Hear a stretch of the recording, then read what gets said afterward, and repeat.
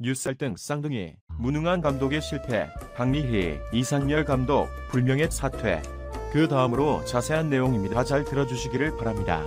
흥국생명은 월드클래스의 배구 여제 김연경과 국가대표 세터 이다영의 영입으로 리그 최강팀으로 손꼽혔다. 하지만 이재영, 이다영 쌍둥이 자매의 하약, 폭 논란과 선수들의 프로설이라는 악재를 넘지 못했다. 월드클래스 김연경도 쌍둥이 자매의 공백을 막을 수 없었다. 흥국생명이 끝내 1위 자리를 GS 칼텍스에 내주며 챔피언 결정전 대신 플레이오프로 떨어졌다. 이제는 플레이오프도 승리를 장담할 수 없을 만큼 불안불안한 전력이다. 흥국생명은 시즌 최종전인 13일 KGC 인삼공사전에서 셧아웃 패배를 당하며 정규리그 1위 자리를 GS 칼텍스에 내줬다. 시즌 내내 1위 자리를 지켰지만 학교폭력 사태로 무기한 출장 정지 징계를 받은 이재영과 이다영의 공백을 극복하지 못한 채 2위로 마쳤다. 시즌 전 간판 스카이제 영과 재계약하며 세터 이다영을 FA에 영입한 흥국생명은 김연경까지 전격 복귀해 우승 후보 1순위로 꼽혔다. 어차피 우승은 흥국생명이란 뜻의 50이라는 수식어도 붙었다. 기대대로 개막 10연승을 질주하면서 1위 독주 체제를 갖췄다. 그러나 3라운드부터 위기가 왔다. 외국인 선수 루시아가 어깨 부상으로 이탈하며 첫 연패를 했다. 이어 팀 내 불화설이 불거져 분위기가 묘해졌다.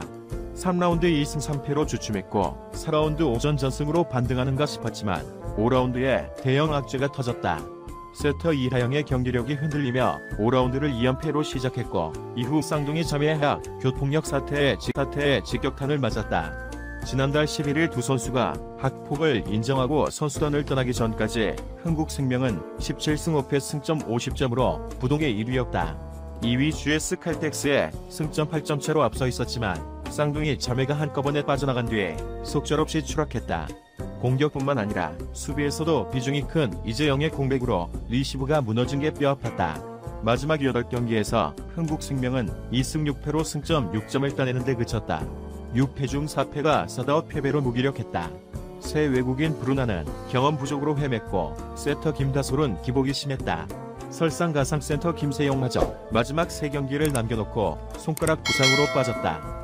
김연경이 어떻게든 중심을 잡고 버텼지만 혼자서는 역부족이었다. 그 사이 6연승을 달리며 승점 16점을 쌓은 GS 칼텍스에 따라잡혔다. 어느 때보다 다사다난한 시즌을 보낸 박미희 흥국생명 감독은 애써 덤담함을 지하고 있다. 박 감독은 인삼공사전을 마친 뒤 평생 한번 겪을까 말까한 상황에서도 최선을 다해준 선수들에게 고맙다며 오늘 경기는 빨리 잊어버리려 한다. 또 다른 목표를 갖고 해야 한다고 말했다. 정규 시즌은 끝났지만 오는 20일부터 3위 IBK 기업은행과 3전 2선승제 플레이오프가 기다리고 있다. 올 시즌 상대 전적에서 4승 2패로 흥국생명이 앞서 있지만 마지막 2경기에선 IBK 기업은행이 모두 셧아웃으로 이겼다. 쌍둥이가 빠진 2경기에서 흥국생명은 속수무책으로 졌다. 큰 경기 경험이 많은 김연경이 있지만 나머지 젊은 선수들의 경험이 부족하다는 점에서 봄배구의 부담이 더 크다. 현재 전력이나 분위기에서 오히려 흥국생명이 밀리는 형국이다. IBK 기업은행도 부상이 있는 라자르바와 표승주의 몸 상태가 변수지만 쌍둥이가 아예 빠진 흥국생명처럼 전력이 뿌리 뽑힌 상황은 아니다. 박 감독의 어깨가 어느 때보다도 무겁다. 그는 일주일의 시간이 있어 체력을 회복할 수 있을 것 같다. 선수들의 체력과 마음의 무게를 해소시켜 플레이오프를 잘 준비하겠다며 아직 끝난 게 아니다. 또 다른 기회가 있다는 말로 봄배구에 임하는 각오를 드러냈다. 여기 우리는 다른 속보 뉴스에 당신을 초대합니다. 끝내용서 받지 못한 이상열 감독 불명예 사퇴. 2009년 박철호 구타 사건 매듭 풀지 못하고 사퇴. 이경수 감독 비행 체제.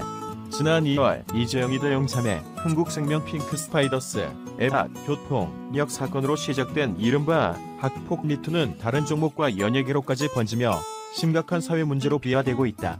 물론 쌍둥이 자매처럼 과거에 저지른 일을 인정해 징계를 받는 경우도 있고 결백을 주장하며 법정 다툼까지 불사하겠다는 사람도 적지 않다. 개그맨 홍현희는 학폭을 당했다고 주장하는 이와의 대면을 통해 오해를 풀고 학폭 의혹에서 벗어나기도 했다. 2009년에 있었던 폭력 사건으로 퇴출됐다가 작년 프로 KB 손해보험 스타즈의 이상열 감독이 과거의 잘못을 확실히 씻어내지 못하면서 11개월 만에 감독직 사퇴라는 불명예를 안게 됐다. 만약 이상열 감독이 12년 전 폭력 사건 피해 자였던 박철우, 한국전력 빅스톰을 직접 찾아가 진정성을 담아 용서를 구했다면 어땠을까 라는 아쉬움이 남는다. 2009년 박철우 구타로 구설수에 올랐던 지도자 이상열 감독은 친정팀을 명문으로 만들고 싶다는 각오를 지키지 못하고 팀을 떠나게 됐다. 흔히 삼손이나 야생마 하면 야구의 이상훈, MBC 스포츠 플러스 해설위원이나 축구의 김주성을 먼저 떠올리지만 배구에서는 이상열 감독이 80년대 후반부터 코트의 삼손으로 불리며 명성을 떨쳤다. 경기대 시절부터 장윤창의 뒤를 이을 국가대표 라이트로 기대를 모았던 이상열 감독은 대학 졸업 후 1989년 럭키 금성에 입단해 1997년까지 대표팀과 실업 배구를 오도하며 활약했다. 이상열 감독은 195cm의 큰 신장에서 뿜어져 나오는 파워풀한 스파이크와 강한 카리스마, 그리고 준수한 외모로 남자 배구를 대표하는 스타로 이름을 날렸다. 하지만 고질적인 무릎 부상 탓에 전성기는 그리 길지 못했다. 동시대의 고려증권과 현대자동차 서비스라는 양대 산맥이 존재했기 때문에 겨울리그에서 한 번도 우승컵을 들어올리지 못했던 것도 실업배구 시절 이상열 감독의 옥점이었다. 은퇴 후 모교인 인천고등학교에서 코치와 감독으로 재직하던 이상열 감독은 대표팀 코치를 맡았던 2009년 커다란 실수를 저지르고 말았다. 바로 대표팀 선수였던 박철우를 구타한 사건이었다. 이상열 감독에게 폭행을 당한 후 대표팀에서 이탈한 박철우는 기자회견을 열어 이상열 감독에게 구타를 당해 피멍이 든 자신의 얼굴을 언론에 공개했다. 이로 인해 이상열 감독은 대한배구협회로부터 무기한 자격정지 처분을 받았다.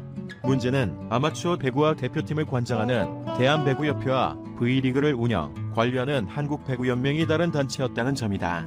대한배구협회로부터 징계를 받은 이상열 감독은 징계와 무관했던 한국배구연맹이 운영하는 V리그에서 경기감독관으로 재직했다.